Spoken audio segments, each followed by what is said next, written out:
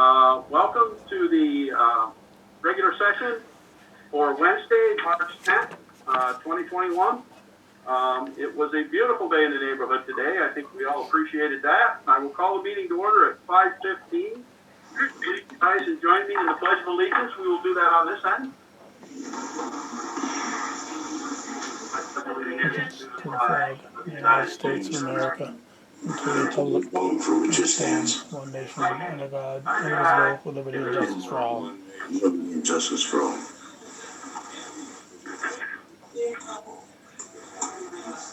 Mr. Riddle, sir, would you please conduct the roll? Yeah, Chair, just a quick reminder, folks, to mute till we're speaking. A little back.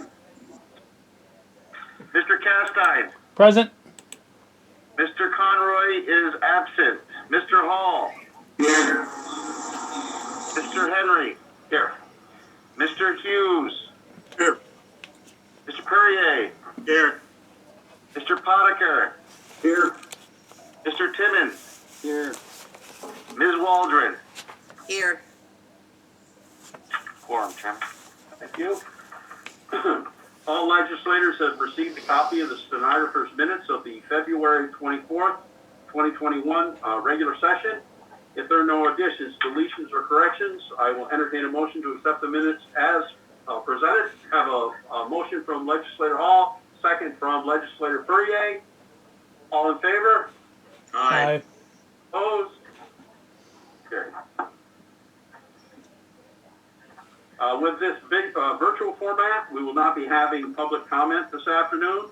However, members of the public are welcome to express their concerns or comments by emailing us at legislature@clintoncountygov.com. That's legislature@clintoncountygov.com. And Chairman, for the record, we did receive a comment, and I believe it was sent to all legislators. Yes. Okay, excellent. Thank you.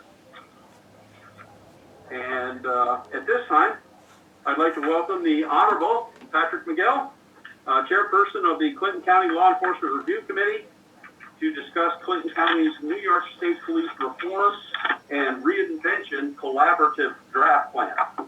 Judge Miguel.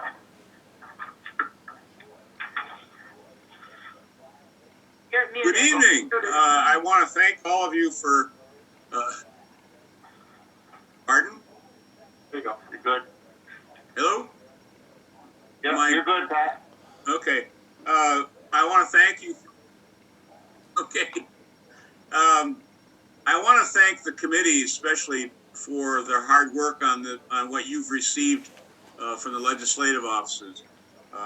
We had, just so that it's clear and the record's clear, the committee consisted of myself, Andrew Wiley, the district attorney, Jamie Martineau, the public defender, David Murchison, who was a citizen of the city, Mark Henry, Calvin Castine, Christopher Rosenquist, and Rochelle Gregory. They all contributed to that document that you have in front of you. I also attached, we felt it would be a better way of doing it, attach the public comment on what you have in front of you. We attached what we received from emails with respect to suggestions by the public. As you know, we had several meetings throughout the summer of last year, and they were not, I would say, attended with a lot of people, but we had a lot of good conversations. The people that came contributed to the ultimate document. I also want to thank Sheriff Favreau for having put together his piece of the report that you have. I found myself to be incredibly impressed by the visit out to his offices and going through his procedures and protocols. I would recommend anybody on the legislature to make an appointment and go out there. It's worth the hour or so you'll spend going through that. I was impressed by the completeness of their protocols and their procedures, and the accreditation process, I think, will add to and improve the department or the office as it progresses. I think if there's anybody on top of it, Sheriff Favreau appears to be. He has low I think that's bandwidth, great that's why his service. picture is small. I don't know if there's any questions that you have from scanning the tome that was sent out to you. Like I said, some of it is somewhat fluffy because to give orientation to people who might read it later on by way of maps, by way of jurisdictions, by way of general description of the county. So that part of it is pretty much boilerplate. But I think the recommendations that were made by the committee have some meat to them. They may be redundant to some extent in the sense that some of that may also be part of the accreditation process that the sheriff is going through at the moment. So it really, I think, sort of underlines what the sheriff's office has been doing that may not have been necessarily known by the people as a whole, and especially the public, because it's not the kind of thing that you go out and put an ad on TV or do a seminar on. The recommendations that we got from the public, I think, have in some instances validity. I'm not sure they're not covered in some other way. And so we thought by putting their comments to the final draft or the draft that we sent out to you would be helpful. Get an idea or a flavor of what public comment was. I would also note that a lot of the public comment were made by people who have been actively attending the public hearings, participated, I suspect, in the survey. The survey also is an interesting piece of work that you ought to take a close look at, because I really think it bodes well for the sheriff's office. I think it points out as well the kind of areas that are of greatest concern. Drug abuse, mental health seem to be very key things that are functioning or going on in our community. And so that's part of the recommendations that we made, was to try and streamline mental health services and alcohol services, child relations, children.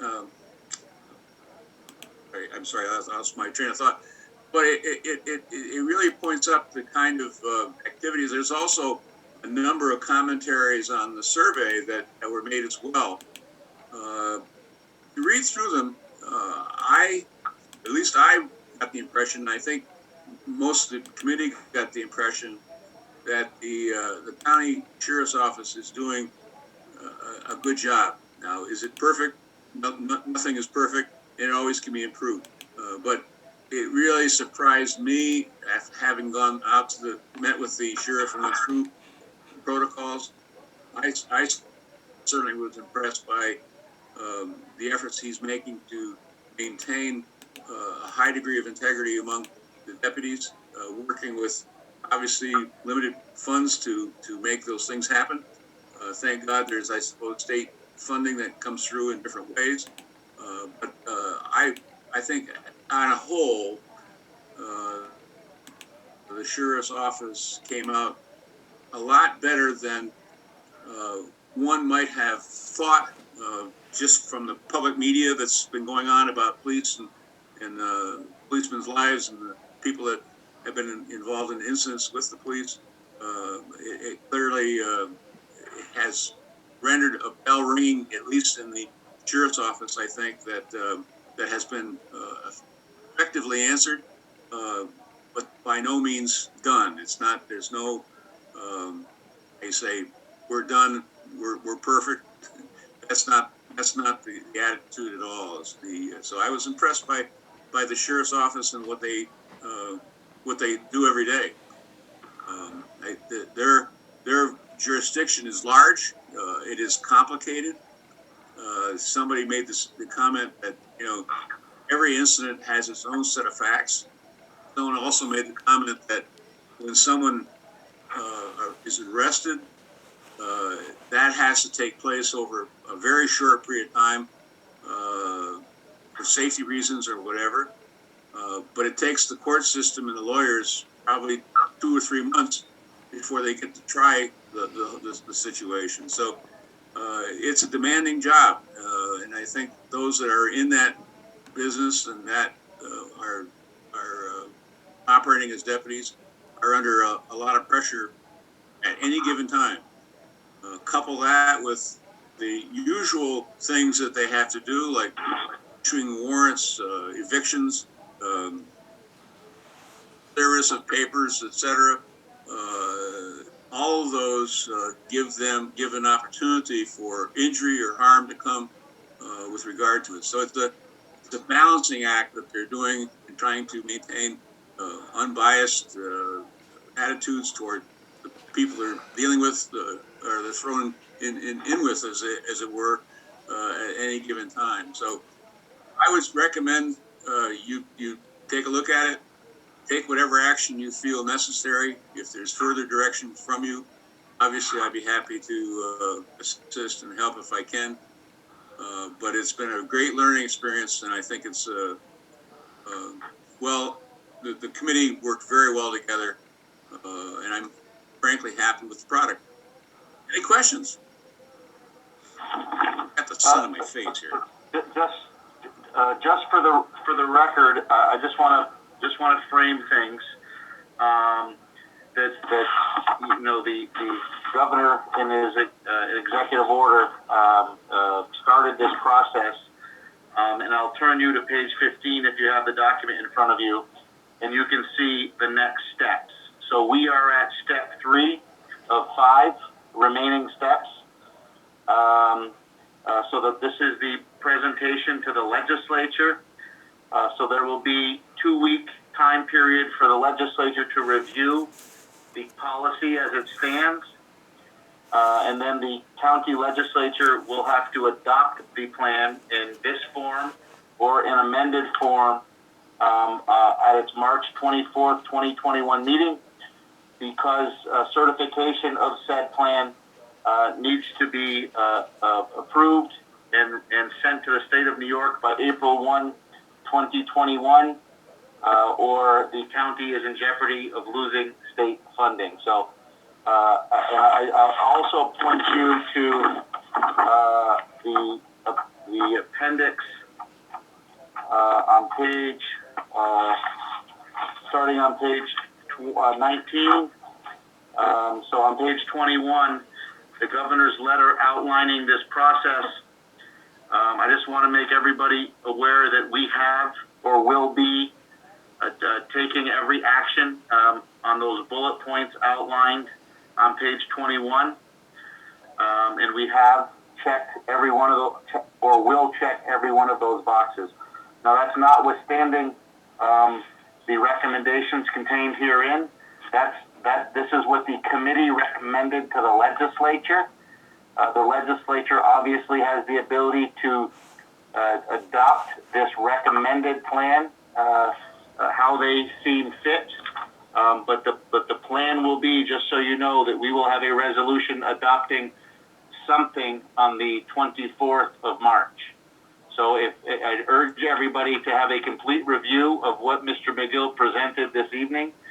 And I'm sure he would be available to answer any questions tonight and throughout the next fortnight.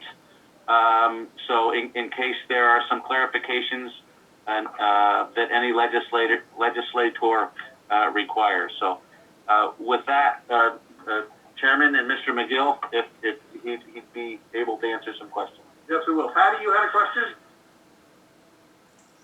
Yeah, I was just curious, what dramatic change is there to this document to warrant previous, or what can you say was one of the major changes that is changing our system, and how are we going to implement? I'm just curious, how are we going to implement this document in real life?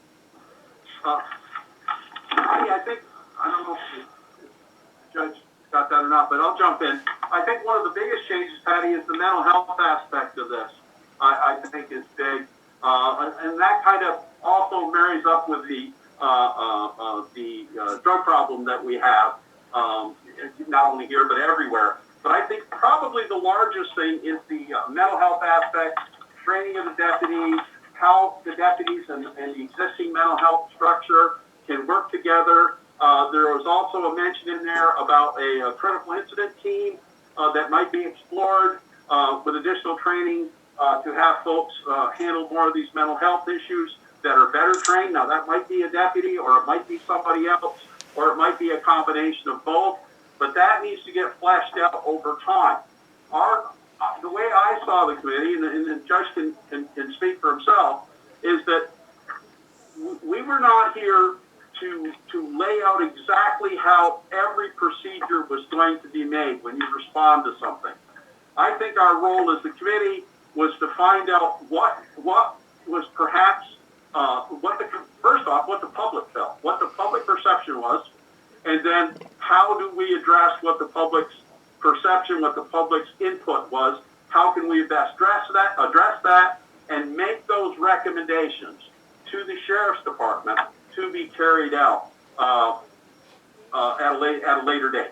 Now, that may require something from the legislature down the road, but it's not necessarily our place to run the Sheriff's Department day to day, make the recommendations, come in at the 10,000 foot level, and then allow the sheriff to look at this, read this report, and respond to it. Like accreditation, for instance, that was a big one. So the sheriff, I think, is about 3/4 of the way through accreditation, which is a very important thing to do. So our recommendation, obviously, is to ensure that you continue this accreditation program so that you become accredited. Now, he will do that. That will be done. So those, I think, mental health and accreditation, drug issues are the biggest ones. There's others, but I believe those are the biggest factors. Thank you. That was my question. I didn't articulate that very well, but you spot on, Mr. Henry. Thank you. Yes, ma'am. Judge, do you have anything to add on that? If I may interject, a couple of things that are not troublesome but need to be recognized, and one is that the sheriff's office is a separate office. It's a constitutional office. It's operated by someone who's elected every 4 years. So there is a safety net, if you want to call it that the public can respond to the job the sheriff is doing. The county, I believe, is fundamentally the funding agency as to how things are funded at the sheriff's office, learning or helping in making getting funding from the state, etc. All those things.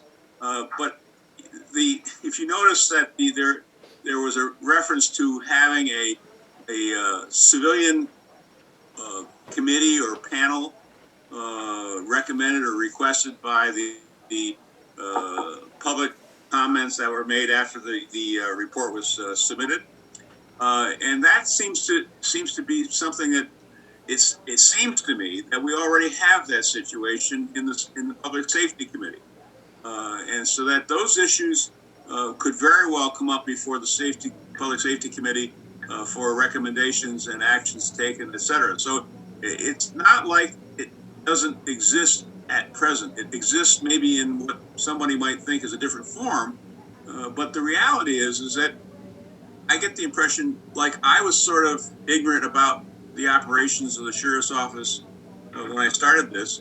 I think the general public is also ignorant about what the sheriff's office is all about, and so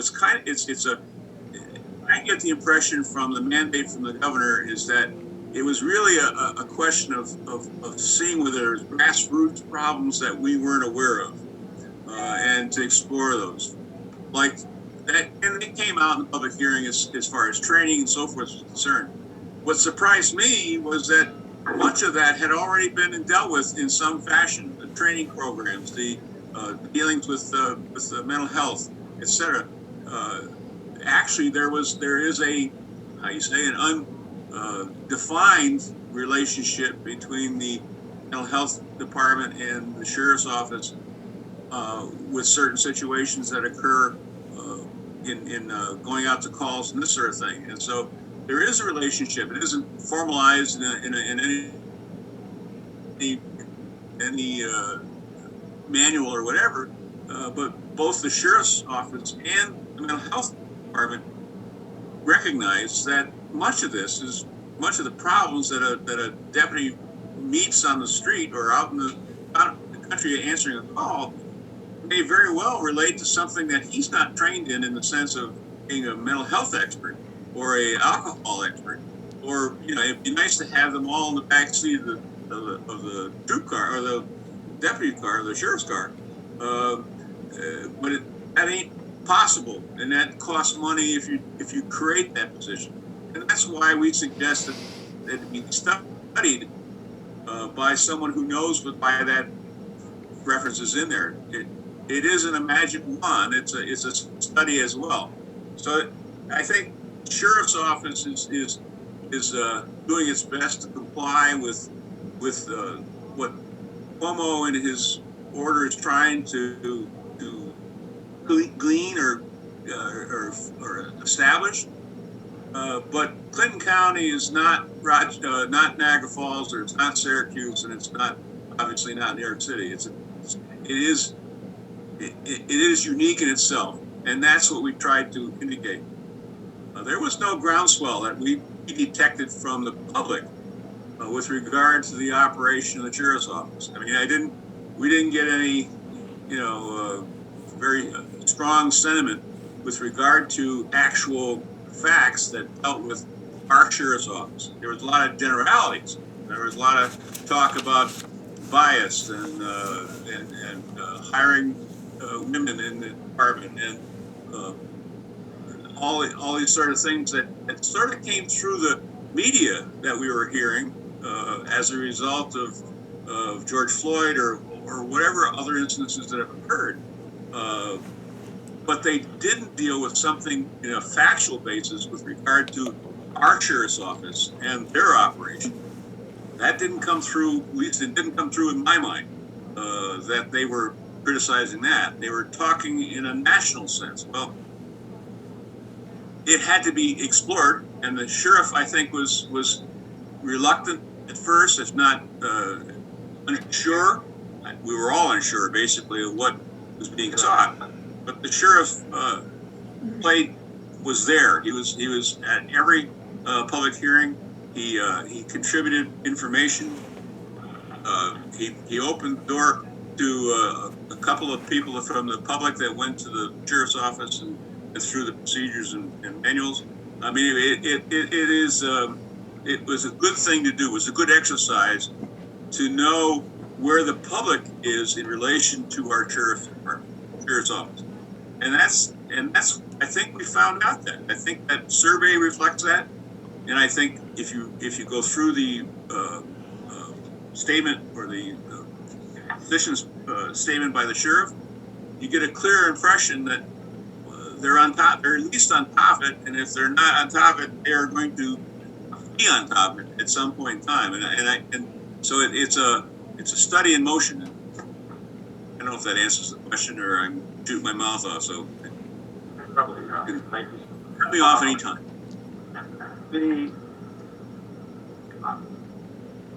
I want to thank the public for the input that they had. Much of what the public suggested, Patty, I think in addition to your question, I'd add on to your question, much of what the public suggested is incorporated into this document, the suggested policies or something to move forward on. Yet I think, as the judge just suggested, there's a very balanced view, too, of what is going on. So you'll have an opportunity to review this. Hopefully you will find it complete. That will answer any concerns or questions that you have. I also want to thank the judge for the hard work that he's put into this. This has been a months-long effort. He showed a lot of patience and leadership. He was always fair. And all of this has been based, everything that's in front of you right now, has been based on public input, as I say, with a balanced view of our unique place here in Clinton County. So I want to thank the judge for what he's done. Hopefully you will review this document, and next meeting we will have some resolution. So there will be a resolution on adopting the policy. I would urge that you get your questions answered if you have any. If you don't, we obviously can amend the document, at the meeting on the 24th. But there will be a resolution adopting a plan in some form on the 24th, because we need to get it to the state of New York by April 1st. Francis. Yeah, are we gonna get a hard copy like you have to look at?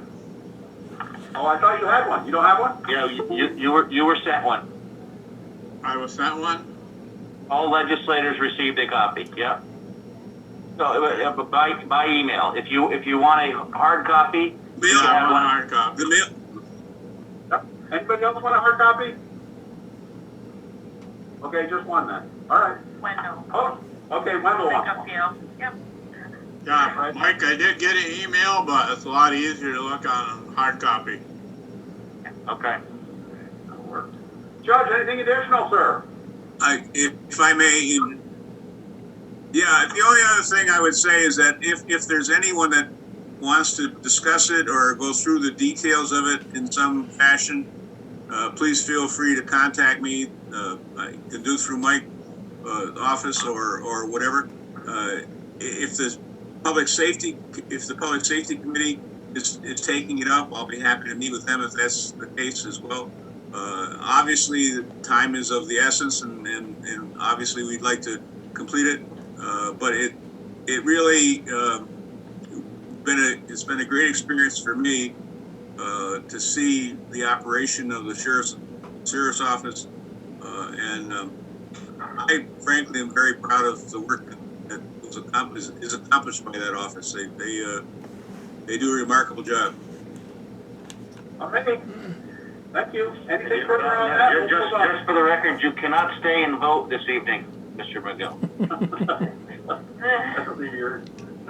Oh, Wendell's not in his seat. I could still do it. Take care, guys and gal. Thanks, guys. Thanks. We will now go to the committee reports. Each legislator shares one of the 10 standing committees, and I will call upon the chairperson of each committee in alphabetical order by committee, starting with Buildings and Grounds. I have that, sir. Yes, sir. On behalf of Legislator Conroy, Buildings and Grounds Committee met on March 8th. James Cleveland, the superintendent of Buildings and Grounds, discussed the 2021 master plan. This will be discussed further at an upcoming finance committee. But the recommendation of the Buildings and Grounds Committee is to push forward with completing the roof project of the government center that was postponed last year due to the pandemic, in addition to identified 2021 master plan projects if federal stimulus money is received. So a two-pronged approach there. We can discuss it further at Finance Committee. Resolution 124 has been placed on the agenda as a result of the committee's recommendation.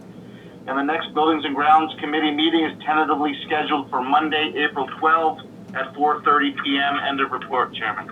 Thank you. Children and Family Services, Legislator Boddicker. Thank you, Chairman. The Children and Family Services Committee met on Tuesday, March 2nd. John Redden, the Commissioner of the Department of Social Services, discussed the 2020-2021 state budget proposal and state of the Department of Social Services and January 2021 monthly statistics. Resolution number 125 has been placed on the agenda as a result of the committee's recommendation. The next Children and Family Services Committee meeting is tentatively scheduled for Tuesday, April 6th at 5:15 p.m. End of report. Thank you. Economic Development and County Operations, Legislator Walder. Yes, Mr. Chairman, the Economic Development and County Operations Committee met on Tuesday, March 9th. Glenn Cutter, the planning director, was present to discuss resolution number 127, authorizing contract extension with Mountain View Planning. Renee McFarland, the economic development director, and Glenn Cutter were present to discuss broadband expansion analysis. A memo on this topic will be sent to all legislators. Mary Dyer, the Democratic Commissioner, and Hunter Sartwell, the election specialist from Board of Elections, were also on hand to discuss the progress of the contract with municipalities regarding the administration of elections. Resolutions number 126 and 127 have been placed on the agenda as a result of the committee's recommendation. The next Economic Development and County Operations Committee meeting is tentatively scheduled for Tuesday, April 13th at 4 p.m. End of report. Yes, ma'am, thank you. Finance, Legislator Timmons. Yes, Mr. Chairman, the Finance Committee met on Wednesday, March 3rd. Kimberly Davis, the County Treasurer, and Rebecca Murphy, the Deputy County Treasurer, were present to discuss in-rem foreclosure, casino revenue, 2021 sales tax charts, the correction of errors report, and 2021 tobacco settlement funds. The next Finance Committee meeting is scheduled tentatively for Wednesday, April 7th at 5:15 via Zoom. End of report. Thank you. Health, Legislator Hughes. Thanks, Mr. Chairman.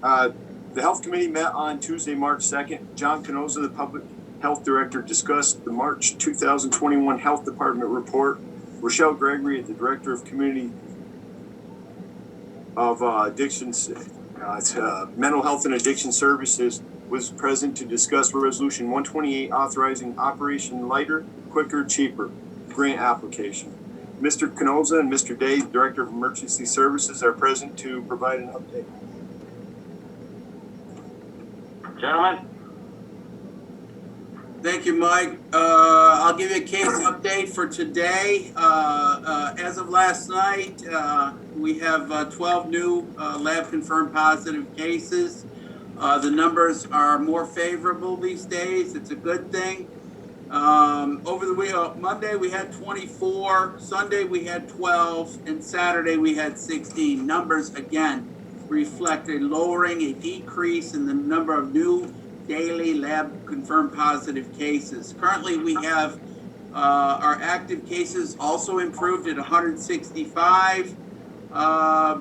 Unfortunately, I must report to you all that it was reported to us yesterday late that there was one additional death that occurred in our community, so due to COVID specifically. Keeping in line with the numbers, I will report that CVPH has slightly improved.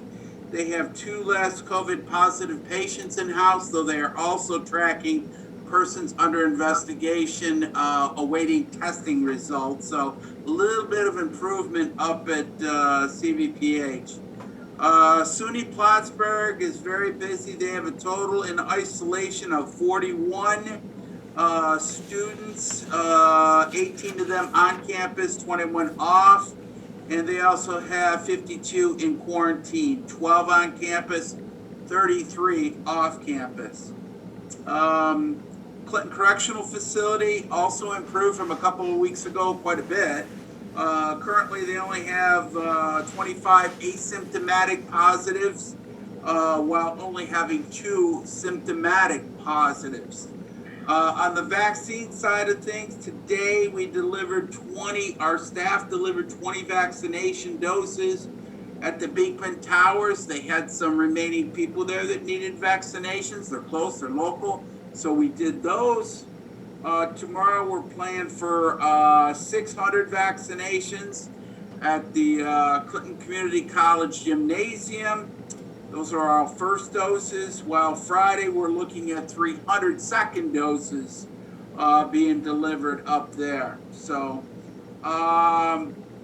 as you all know or have heard, yesterday, and not a moment too soon, the state of New York opened up their eligibility a little bit more for this week, and to include not 65 and above, but 60 and above age group now being eligible. So that definitely helped our number of our public signed up for vaccinations.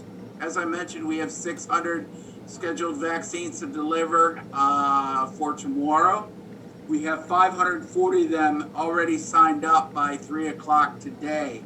So it was looking pretty tough yesterday. We only had about 40 signed up. So it moved pretty fast. We were fortunate from that standpoint. So next week, a host of new eligible candidates will be eligible starting on the 17th, including nonprofit entity, public-facing workers, public employees, public-facing eligible government staff from all walks of all types of local government, essential workers, public-facing eligible. We've got a huge list of who can be eligible from that essential worker big category. Public-facing building workers, security, clerks, janitorial staff, and for the college, RAs and dorm directors. That type of people would now be janitors, for instance, would also be eligible starting next week. So Eric has also got to tell you something about the state side. You will recall they just started ramping up quite heavily week and a half ago. Well, Eric, state. So yeah, stateside had you all know, started out with 500 doses a day, and pretty quickly ran up to 1,000 a day new doses, which ultimately would drive several thousand a day once they start overlapping first dose, second dose. The beginning of the month, they pushed it up to 2,000 total doses a day, 1,500 first doses and 500 second.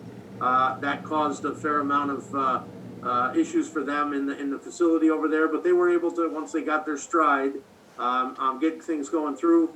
As of this morning, well, actually as of yesterday, for some reason, and we don't know all the reasoning behind this, but for those that are trying to keep score of the game over there, they're back down to 1,500 appointments a day. So I don't know if it's because vaccine is lowered, or if it's because they were unable to fill the appointments, or if it's because they were clogging Arizona Avenue and felt that was an issue. Either way, right now they're back down to 1,500 a day. So 1,000 first appointments, and they're still doing the 500 second. For those that are keeping score. John, I just did check. Our clinic tomorrow is full. Very good. Good So to hear. we were nervous yesterday about this time because, like I said, we only had about 40 appointments filled, so we were getting a little nervous there. So that's it. So you can see, and John and I have been joking, but John drafted a very detailed memo to Mr. Larry Schwartz, who's in charge of the vaccine rollout for the state of New York. Respectfully, first of all, thanking him for his service, and respectfully requesting that the parameters, the eligibility parameters change, because, especially here, because we have the state site in motion, in addition to the LHD and the pharmacy allocations. So I'm going to give John full credit that I think 2 minutes after he sent that memo to Mr. Schwartz, he came out with the new guidelines for the state of New York. So if you're talking to anybody in Manhattan, it's because of Mr. Canoza's memo to Mr. Schwartz. Pure coincidence. Thanks, Mike. But that dynamic is going to have to continually be updated. Yeah. Eric and John made reference to the LHD pod tomorrow at the community college, local health department pod. That's going to work well, but at some point there's going to be pressure on those pods as well. And we are in a little different environment here because the state site is situated in Plattsburgh as well. So, that's going to be an ever-flowing dynamic. The chairman and I bring it up on every call we get a chance, and I think they're starting to listen. What we need to understand is dynamic is not the same throughout the state, but I believe with increased vaccination rollout, including the Johnson & Johnson vaccine, that there will be vaccine available, and as such, those eligibility parameters will change again. Yeah, I also want to mention, Mike, thank you for reminding me on the Johnson & Johnson vaccine. We are currently talking with HCR to make a plan with them, Home Care of Rochester, to distribute 200 vaccines, Johnson & Johnson, one shot, to their 200 homebound clientele. We also would like to use the Johnson & Johnson, take a batch of those doses with us up to the fire departments that we have in Keysville, Saranac Volunteer Fire Department, Ellenburg, and Champlain Emergency Services Building, and do smaller pods up there to reach our rural community up there using the Johnson & Johnson. If we got to haul out and get outside of our working area here in the city, down to Plattsburgh, it's best if we do it with Johnson & Johnson. So we got a strategic plan for that that's upcoming rather soon, probably before the end of March. John? Yep. I've been asking this question, and maybe if you get a chance, you can ask it on your end as well. I've asked 2 or 3 times. I don't have an answer yet.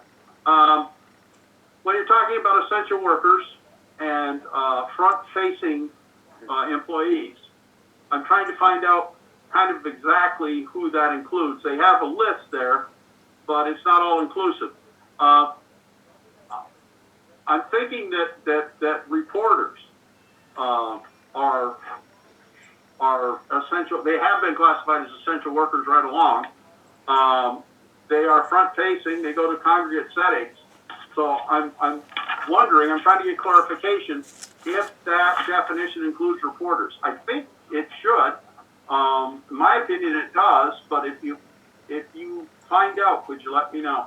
If I find out, I definitely will let you know. And I would also lean on 50% of that answer to that question to Miss Kim Bloom, HR spectacular lady there, because I know she would play a great part in determining that or interpreting that for different places. But I think it would be essential workers outside of government proper. So we're kind of confused. Who makes that determination? Is it up to the employer that hires the employee? Is it up to local health departments to make that determination on their own? And another Mark just reminded me, another group of people front-facing essential workers are hair salons. Hair salons, gas station clerks, those big industries that we have. We went through the whole essential worker thing way back when. Remember when this all started? At Nova Bus, Georgia Pacific, long list, huge list, Bombardier, you name it. They're all out there. So, I guess I can say the same thing that I've learned throughout this whole year process. It's been a year now. Just hang on for hopefully only 3 to 5 days and we'll have an answer. These things have a way of working out and falling in our laps. All right. I've asked that question on salon workers and reporters and others, not just them, but others. Sure, yeah, I wouldn't be shy about asking others, Senator Stack, Assemblyman Billy Jones. It's good to get a good handle of some answers on questions like this, so you get a good sampling of what the answers are. I really like to know that, especially at this early stage with the new one for essential workers, public facing eligible. That could be huge, but is it meant to be more specific? I don't have an answer for you, Mark. Well, that's okay. I didn't expect one. I just want to put it out there for you. We have our phone calls tomorrow. I've got 2 of them. We'd fire you, but you'd probably thank us. So. He said he'd try it. You'd probably thank him. Yeah, thank you, Mike. Yeah. Me too. That was sweet. Yeah. All right. No, Eric? No, sir, I'm good. Thank you, gentlemen. Wendell? All right, Resolution 128 has been placed on the agenda upon the committee's recommendation.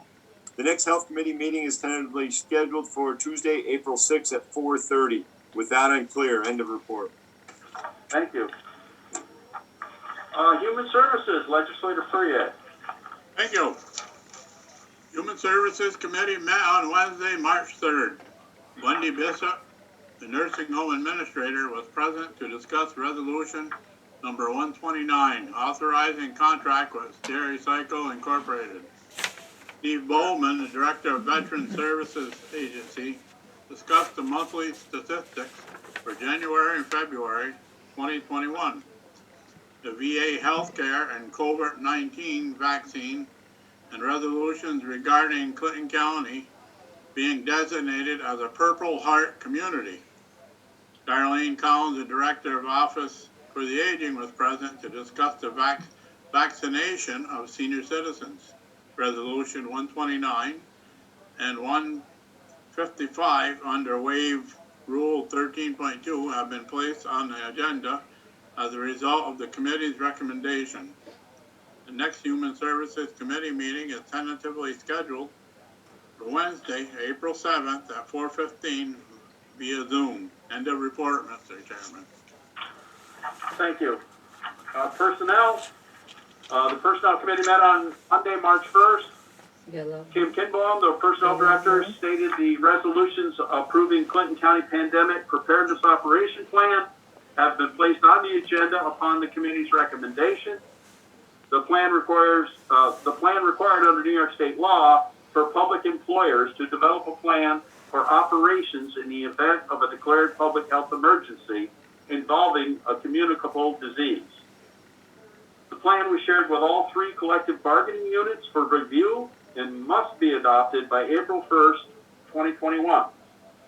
Resolutions number 130 through 140 have been placed on the agenda as a result of the committee's recommendation, and the next Personnel Committee meeting is tentatively scheduled for Monday, April 5th, 4 p.m.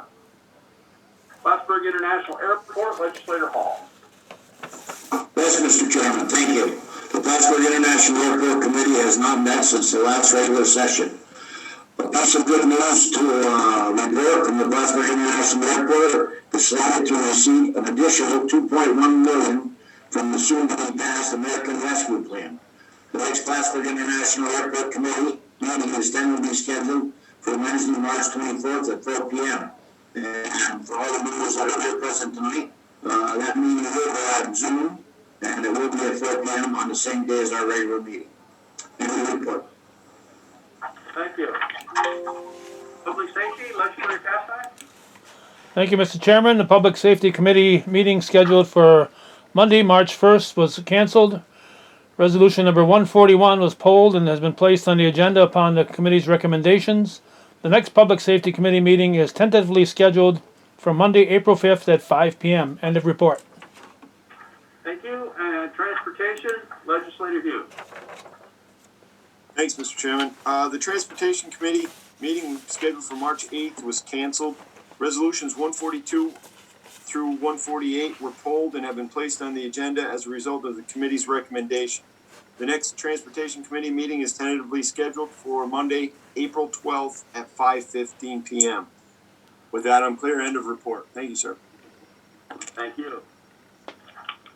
Liaison reports. Chamber of Commerce, Legislator Boddicker. No report, Chairman.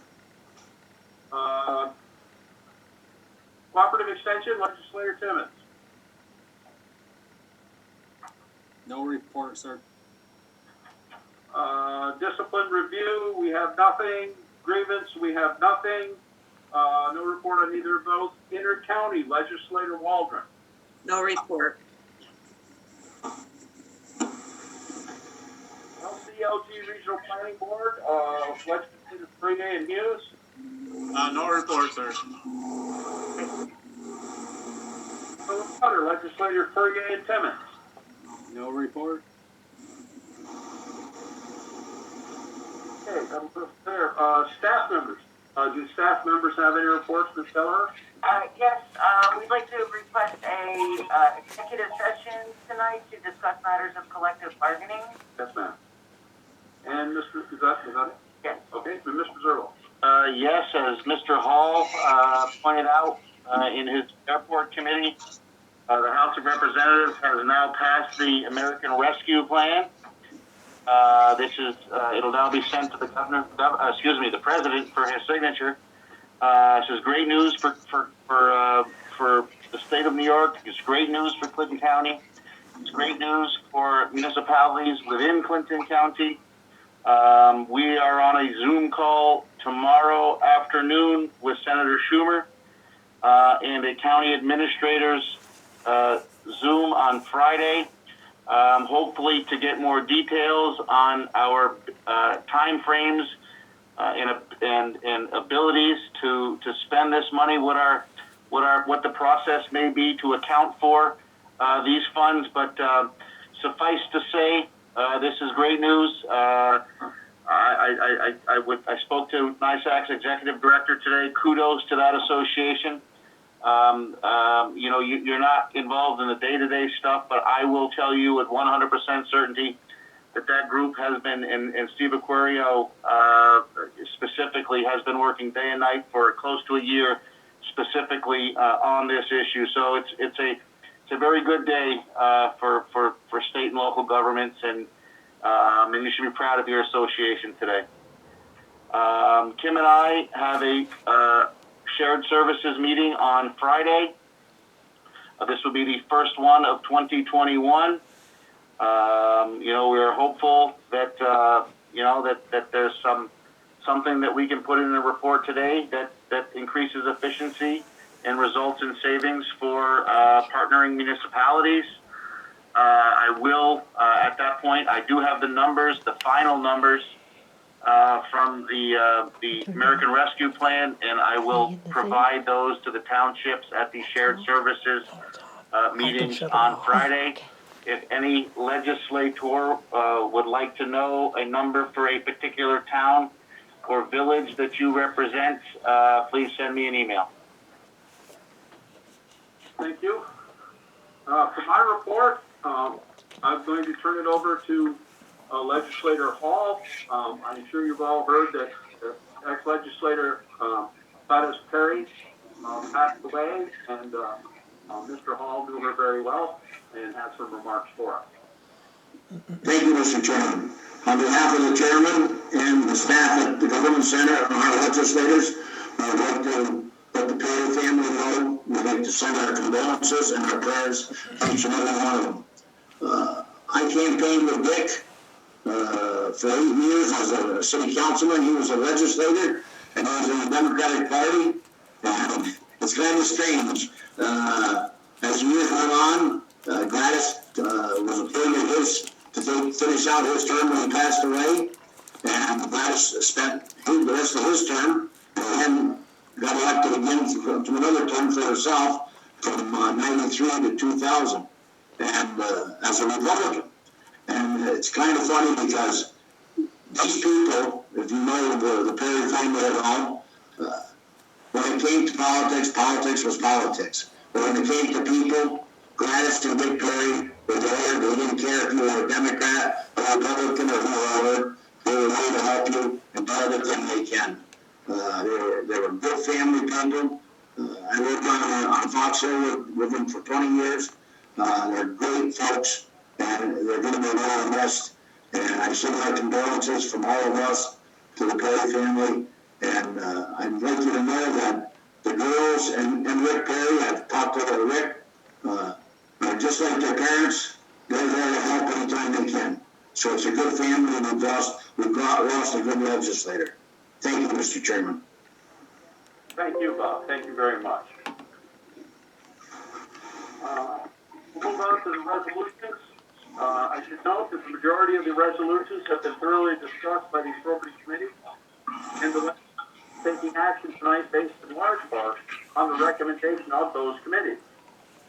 Mr. Zerlo, will you please read the titles of the resolutions to be acted upon? Certainly.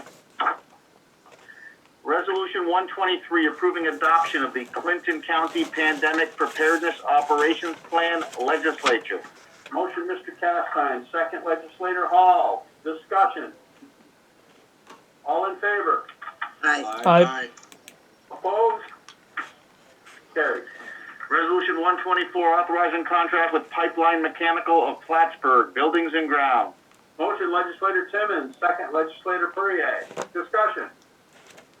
Roll call. Mr. Perrier? Yes. Waldron? Yes. Resolution 125, authorizing the Redlick Horowitz Foundation COVID-19 Rapid Response Grant application and acceptance social services. Motion legislator Potiker, second legislator Hall. Discussion. Roll call. Mr. Perrier? Yes. Waldron? Yes. Resolution 126, authorizing the county treasurer to increase appropriation and corresponding revenue for the 2020-2021 Snowmobile Trail Grant. Legislature. Motion legislator Waldron, second legislator Castine. Discussion. Roll call. Mr. Perrier?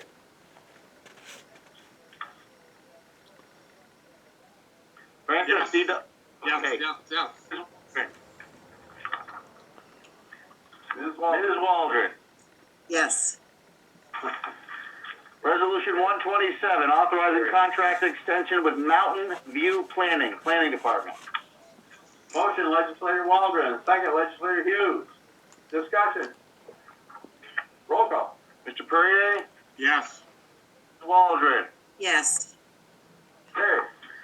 Resolution 128, authorizing Operation Lighter, Quicker, Cheaper grant application, mental health and addiction. Motion legislator Hughes, second legislator Castine. Discussion. Roll call. Mr. Perrier? Yes. Waldron? Yes. Resolution 129, authorizing contract with Stericycle Incorporated Nursing Home.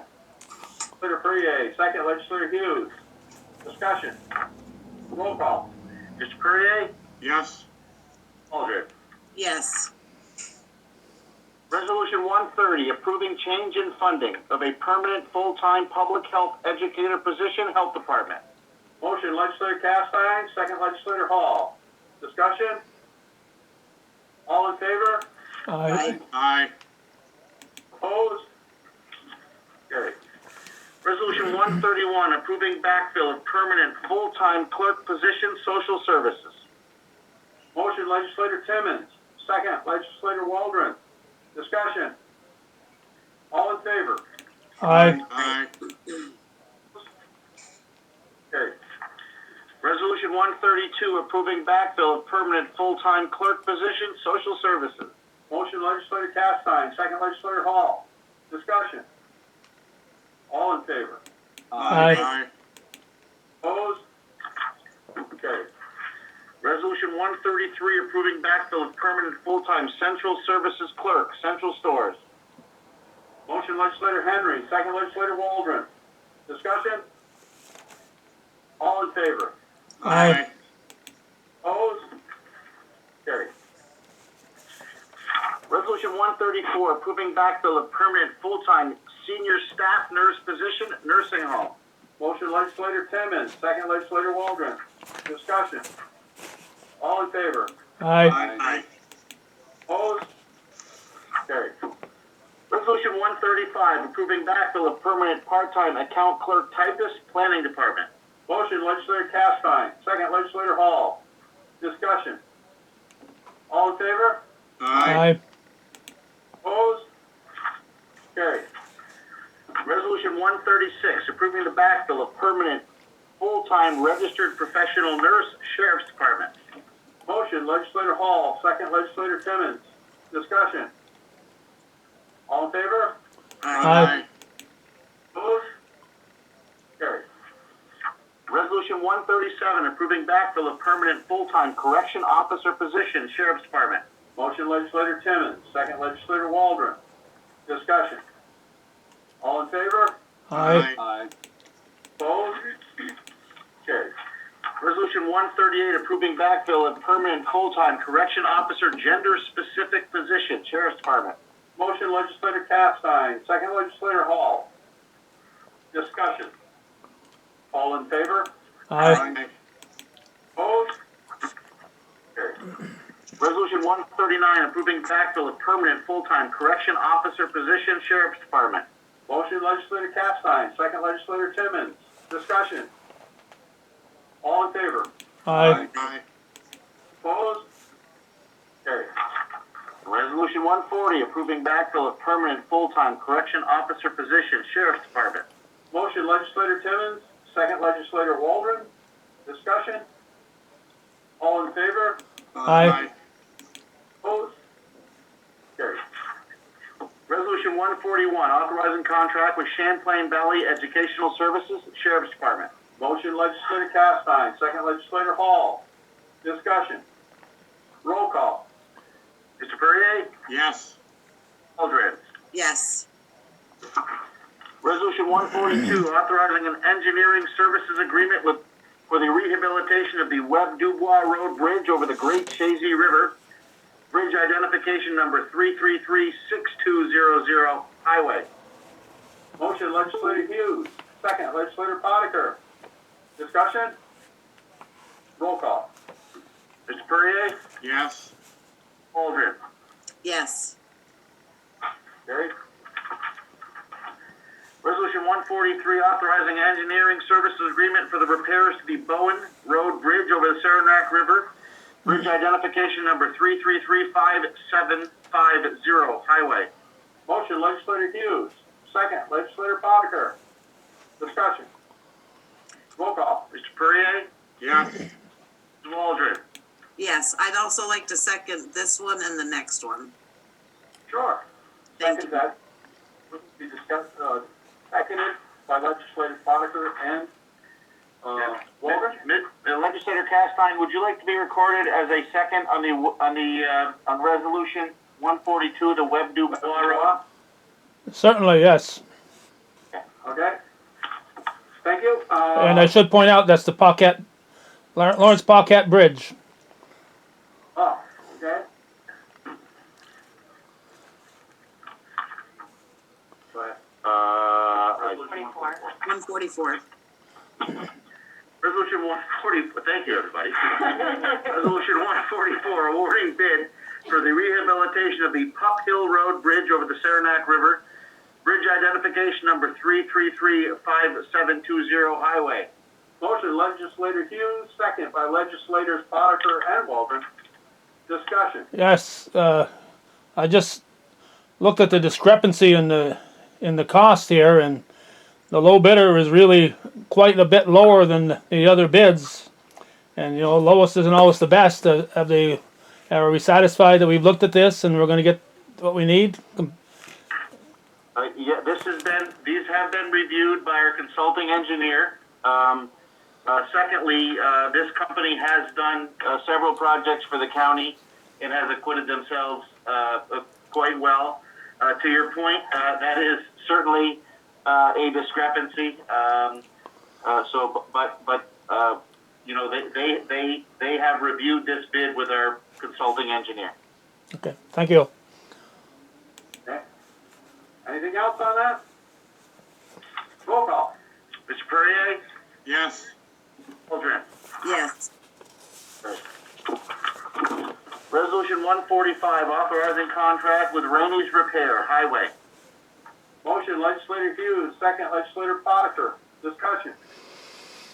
Roll call. Mr. Perrier? Yes. Waldron? Yes. Okay. Resolution 146, authorizing contract extension for asphalt concrete materials and delivery for the year 2021, Highway Department. Motion legislator Hughes, second legislator Potiker. Discussion. All in favor? Aye. Opposed? Carried. Resolution 147, authorizing contract renewal for tack coat for the year 2021, Highway Department. Motion legislator Hughes, second legislator Potiker. Discussion. All in favor? Aye. Opposed? Carried. Resolution 148, authorizing contract renewal for joint and crack sealing with asphalt cement for the year 2021, Highway. Motion legislator Hughes, second legislator Potiker. Discussion. All in favor? Aye. Aye. Opposed? Carried. Resolution 149, authorizing the county treasurer to establish appropriation and corresponding revenue for one-stop operator program, employment and training. Motion, legislator Timmons. Second, legislator Potiker. Discussion. Roll call. Mr. Perrier? Yes. Ms. Waldron? Yes. Resolution 150, authorizing the county treasurer to establish appropriation and corresponding revenue for the Family First Prevention Act allocation, social services. Motion, legislator Timmons. Second, legislator Potiker. Discussion. Roll call. Mr. Perrier? Yes. Ms. Waldron? Yes. Resolution 151, authorizing the county treasurer to establish appropriation and corresponding revenue for the Daycare Registration Grant Program, social services. Motion, legislator Timmons. Second, legislator Potiker. Discussion. Roll call. Mr. Perrier? Yes. Ms. Waldron? Yes. Resolution 152, authorizing the county treasurer to establish appropriation and corresponding revenue for the Safe Harbor Grant, social services. Motion, legislator Timmons. Second, legislator Potiker. Discussion. Roll call. Mr. Perrier? Yes. Ms. Waldron? Yes. Resolution 153, authorizing the county treasurer to increase appropriation and corresponding revenue for the Temporary Assistance for Needy Families Program, social services. Motion, legislator Timmons. Second, legislator Waldron. Discussion. Roll call. Mr. Perrier? Yes. Ms. Waldron? Yes. Resolution 154, authorizing the county treasurer to reappropriate 2020 funds for various accounts, treasurer's office. Motion, legislator Timmons. Second, legislator Hall. Discussion. Roll call. Mr. Perrier? Yes. Ms. Waldron? Yes. I'd like a motion to waive Rule 13.2. May I have a motion? I have a motion by legislator Timmons. I have a second by legislator Hall. Discussion. All in favor? Aye. Opposed? Carried. Resolution 155, a resolution proclaiming Clinton County as a Purple Heart Community. Legislature. Mr. Perrier, would you like to make this a 4-4? Yes. Okay, 4-4. Discussion. All in favor? Aye. Aye. Any opposed? I didn't hear any. Carried.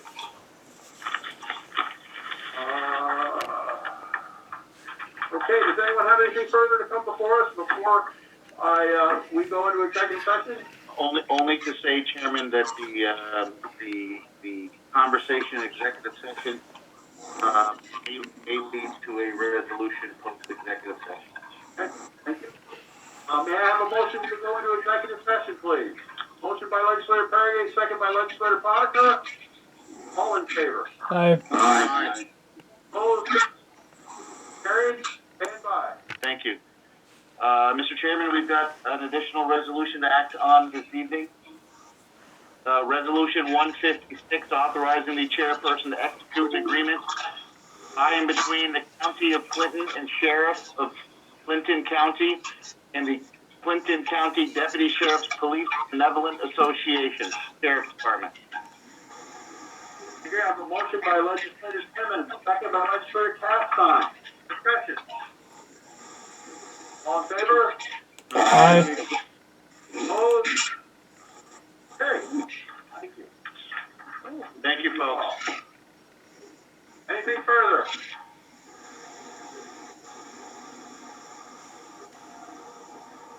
I would entertain a motion to adjourn. Legislator Hughes, legislator Stein, Mr. Castine. Mr. Castine, thank you. All in favor? Aye.